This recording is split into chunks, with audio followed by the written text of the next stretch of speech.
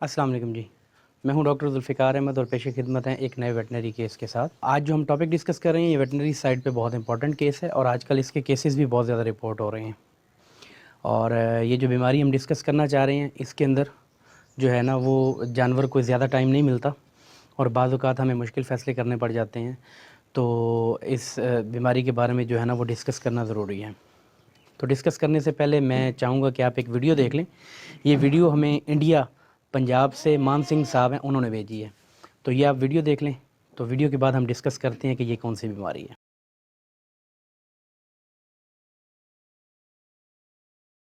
आपने वीडियो देख ली। तो हमारा टॉपिक जो आज डिस्कशन का है वो है गलघोटू। उसको हम इंग्लिश में जो है ना वो हेमरेजिक सेप्टिसीमिया भी कहते हैं और उर्दू में इसको हम नक्सीर सेप्टिसीमिया भी बोल देते हैं। गलघोटू किस वजह से होता है? एक जरासीम है, उसका नाम है पास्टरेला मल्टोसीडा। ये जानवर पे अटैक करता है और जानवर के जो टॉन्सिल्स हैं उन पे और नेज़ोफेरिंग्स बोलते हैं एक जगह जो हलक का एरिया होता है जानवर के, वहाँ पे ये सबसे पहले अटैक करता है और अटैक करने के बाद वहाँ पे सोजिश करना शुरू कर देता है और जानवर का सांस बंद हो जाता है। पास्टरेला मल्टोसीडा जानवर पे अटैक किस वक्त करता है? पास्टरेला मल्टोसीडा ये जो गलघोटू का जरासीम है ये जानवरों पे अटैक उस वक्त करेगा जिस वक्त जानवर परेशान होगा। वो हो सकता है कि हवा के अंदर नमी का तनासुब बहुत ज़्यादा हो सकता है कि बहुत ज़्यादा गर्मी हो।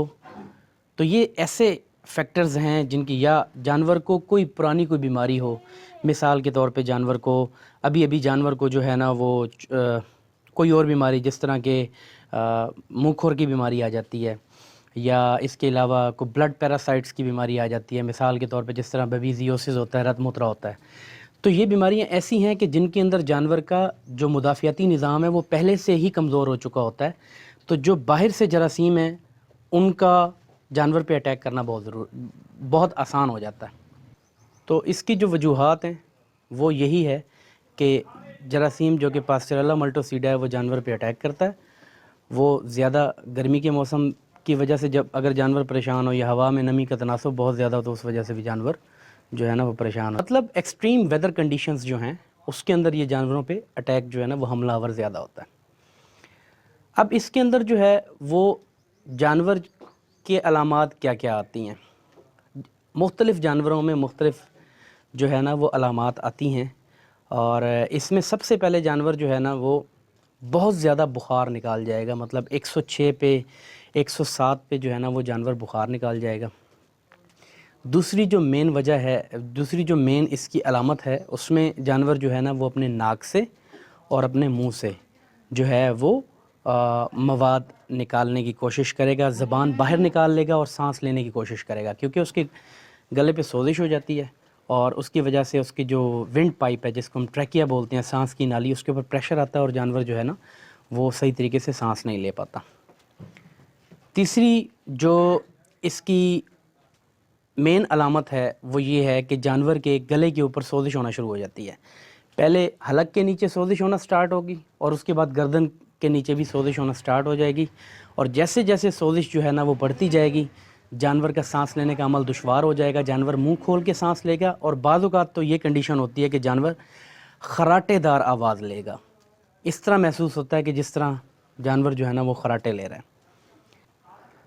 चौथी जो इसकी अलामत है वो ये है कि सोजिश होने से पहले जानवर अपनी गर्दन को नीचे की तरफ झुका के रखेगा और जो जानवर के कान हैं उनको भी नीचे की तरफ करके रखेगा। तो ये जो है ना सोजिश से पहले की, जब जानवर को बीमारी अटैक कर रही होती है, ये उस वक्त की अलामत होती है। बाद में सोजिश वगैरह जो है ना वो जानवर के जिस्म पे होना शुरू हो गर्दन पे होना शुरू हो जाती है। इसके अलावा आप जानवर को, अगर जानवर खड़ा रहेगा, हमेशा से याद रखें जिस जानवर को सांस के मसाइल होंगे उसको हमेशा से बैठने के अंदर दुश्वारी होगी। जानवर जब बैठेगा तो उसका सांस कंप्रोमाइज़ होना शुरू हो जाएगा। इस वजह से जानवर जो खड़ा है वो मुसलसल खड़ा रहेगा और जानवर चलना भी जो है ना वो पसंद नहीं करेगा, बिल्कुल एक जगह पे स्टिल होकर और गर्दन को नीचे करके खड़ा रहेगा। इसके अलावा सेकेंडरी साइंस भी इसमें आते हैं, चूँकि सांस बंद हो जाता है उसकी वजह से आँखों से भी पानी आता है, नाक से भी फोम की तरह का जो है ना वो निकलना शुरू हो जाता है और बाज़ केसेस में हमने देखा है कि जानवर को خون کے دست بھی لگ جاتے ہیں, ٹھیک ہے, جو جانور گوبر کرتا ہے اس کے اندر خون آنا شروع ہو جاتا ہے. تو یہ ساری علامات ہیں, یہ جو ساری علامات میں نے آپ کو بتائی ہیں, یہ کچھ جانوروں میں ساری آ جاتی ہیں, کچھ جانوروں میں ان میں سے 2-3 علامات ہیں, لیکن مین چیز وہی خراٹے دار جو آواز ہے, جو جانور منہ کھول کے سانس لیتا ہے, اور ساتھ ساتھ جو ہے نا وہ جانور کے منہ سے فوم کی طرح کی جو ہے نا وہ رالیں ٹپکنا شروع ہو جاتی ہیں.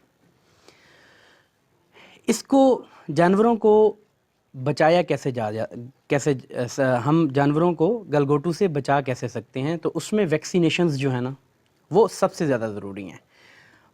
پاکستان کے اندر ویٹنری ریسرچ انسٹیٹیوٹ کی جو ہے نا وہ سرکاری سطح کے اوپر ویکسین آ رہی ہے.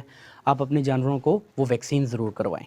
تو آپ پھر پرائیویٹ ویکسینیشن بھی کروا سکتے ہیں, جس کے اندر سیلمور فارما کی نیو بیکٹرینا نام سے ویکسین آ رہی ہے گلگوٹو کی. اس کے علاوہ مصطفیٰ برادرز کی ابھی ریسنٹلی لانچ ہوئی ہے ڈلفس کے نام سے ایک ویکسین آ رہی ہے, بہت اچھے ریزلٹس ہیں اس کے بھی, تو وہ بھی آپ استعمال کروا سکتے ہیں. گلگوٹو کی جو پرائیویٹ ویکسین ہے وہ اتنی زیادہ مہنگی نہیں ہے, تقریباً یہ ایک جانور کا 70 سے 80 روپے خرچ آ جاتا ہے. اب چلتے ہیں جی, اگر کسی فارم کے اوپر کسی جانور کو گلگوٹو ہو گیا ہے تو لوگ ہم سے سوال پوچھتے ہیں ایک جانور سے دوسرے جانور کو گلگوٹو کی بیماری ہو سکتی ہے؟ تو بالکل ایک جانور سے دوسرے جانور کو گلگوٹو کی بیماری لگ سکتی ہے. جس فارم کے اوپر گلگوٹو کا اٹیک ہوا ہے اس فارم کے اوپر آپ کو بہت اسٹرکٹ کوارنٹین کرنا پڑتا ہے.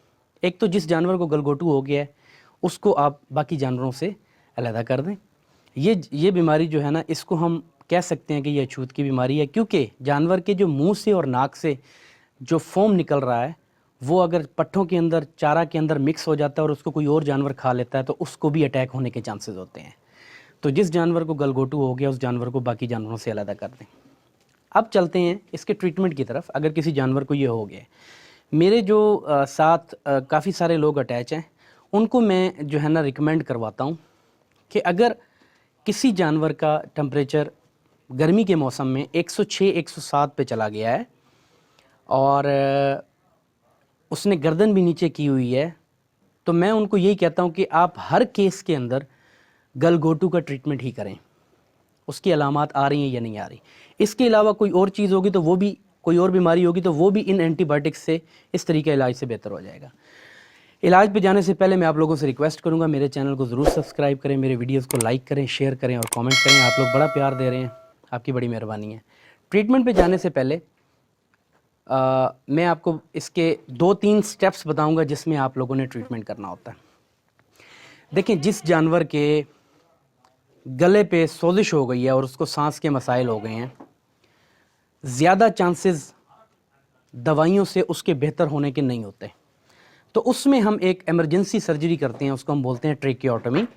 ٹریکیوٹومی کے اندر ہم تقریباً 1.5 انچ کا پائپ لے لیتے ہیں اور 1.5 انچ کے پائپ کو 1.5 انچ موٹا پائپ اور 12 انچ جو ہے نا وہ لمبا پائپ ہوتا ہے, اس کو آگے سے قلم کی طرح ہم کاٹ لیتے ہیں. اور جانور کی یہ جو سانس کی نالی ہے اس کو ہلکا سا ہم کٹ دے دیتے ہیں, ہلکا سا کٹ دے کے. لیکن میں یہ بتانا چاہوں گا کہ یہ جو سرجری ہے یہ کسان نہ کریں, اور یہ اگر کروانی ہے, ایمرجنسی ہے, تو یہ کسی اچھے سے ڈاکٹر کو بلا کے, اپنے نزدیکی ویٹنری ڈاکٹر کو بلا کے وہ آپ کو کر دے گا. ہم جو ہے نا گردن کے اوپر سانس کی نالی کے اوپر کٹ لگا دیتے ہیں اور سانس کی نالی کے اندر وہ جو 12 انچ کا جو پائپ ہے وہ ہم گھسا دیتے ہیں, اندر ڈال دیتے ہیں اور اس کو پھر گردن کے اوپر جا کے ہم باندھ دیتے ہیں. تو یہ تو ہو گیا ایمرجنسی ٹریکیوٹومی.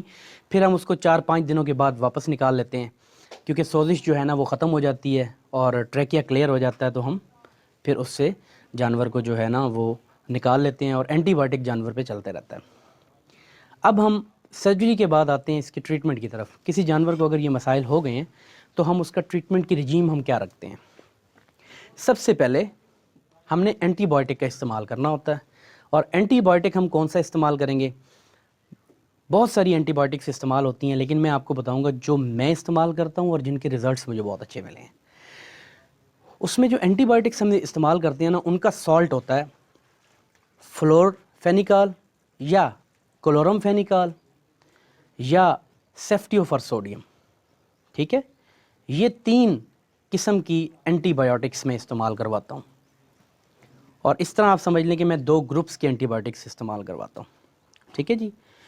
तो सबसे पहले हम आ जाते हैं कि अगर हम सेफ्टियोफर सोडियम इस्तेमाल कर रहे हैं तो मार्केट में कौन कौन से नामों से ये दवाई मौजूद है पाकिस्तान के अंदर।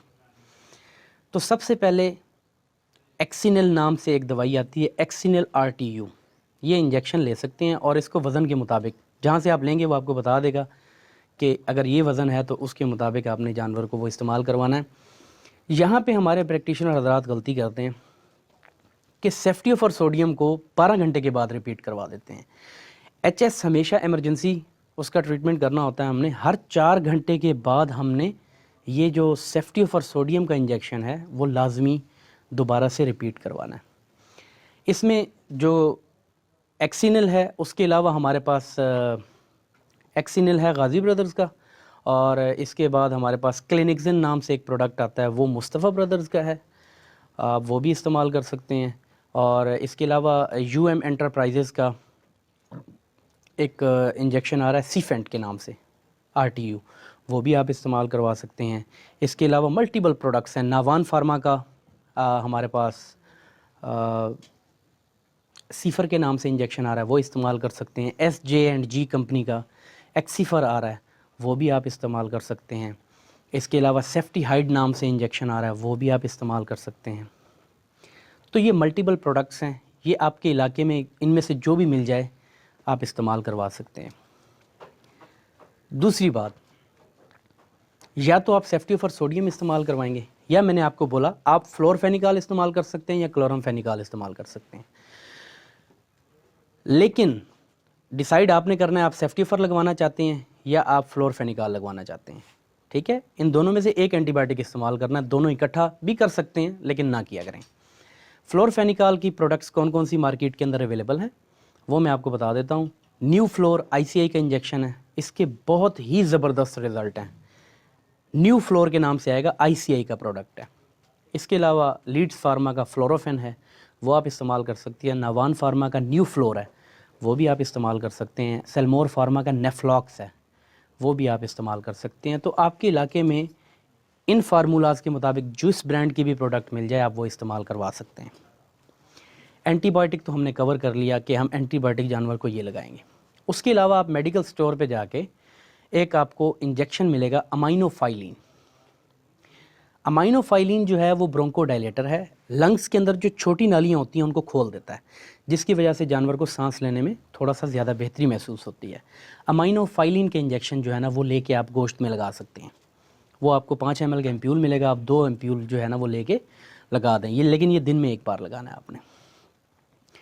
तीसरा, जैसा कि मैंने आपको पहले बताया कि जानवर को बुखार हो जाता है बहुत ज़्यादा, तो बुखार को कम करने के लिए आपको एंटीपायरेटिक भी देना पड़ेगा, ज़रूरी है ये देना। तो एंटीपायरेटिक के अंदर आप कीटोप्रोफेन इस्तेमाल कर सकते हैं, इसके बहुत अच्छे रिज़ल्ट्स हैं, या फिर आप फ्लुनिक्सिन मैग्लोमीन भी इस्तेमाल कर सकते हैं, इसके भी अच्छे रिज़ल्ट्स हैं। आप डाइक्लोफिनिक सोडियम भी इस्तेमाल कर सकते हैं, इसके भी हमें जो है ना वो बहुत अच्छे रिज़ल्ट्स मिल रहे हैं।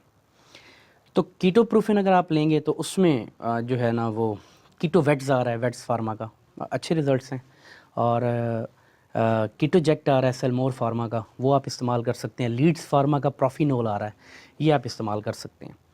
फ्लोनिक्सिन मैग्लोमीन के अंदर ICI का ट्राइक्योर नाम का इंजेक्शन आ रहा है, आप इस्तेमाल कर सकते हैं। और सेलमोर फार्मा का लॉक्सिन के नाम से इंजेक्शन आ रहा है, आप वो भी इस्तेमाल कर सकते हैं। अताबेक फार्मा का फ्लूटेक, ये इकनॉमिकल भी है और इसके रिज़ल्ट्स भी बहुत अच्छे हैं। इनमें से कोई भी आपको मिल जाए तो आप इस्तेमाल करवा सकते हैं। नंबर 4 पे हम आ जाते हैं कि जानवर को चूँकि गले पे सोजिश हो जाती है, तो सोजिश को ख़त्म करने के लिए भी हमें स्टीरॉइड्स देने पड़ेंगे, दवा देनी पड़ेगी जिसको हम स्टीरॉइड कहते हैं।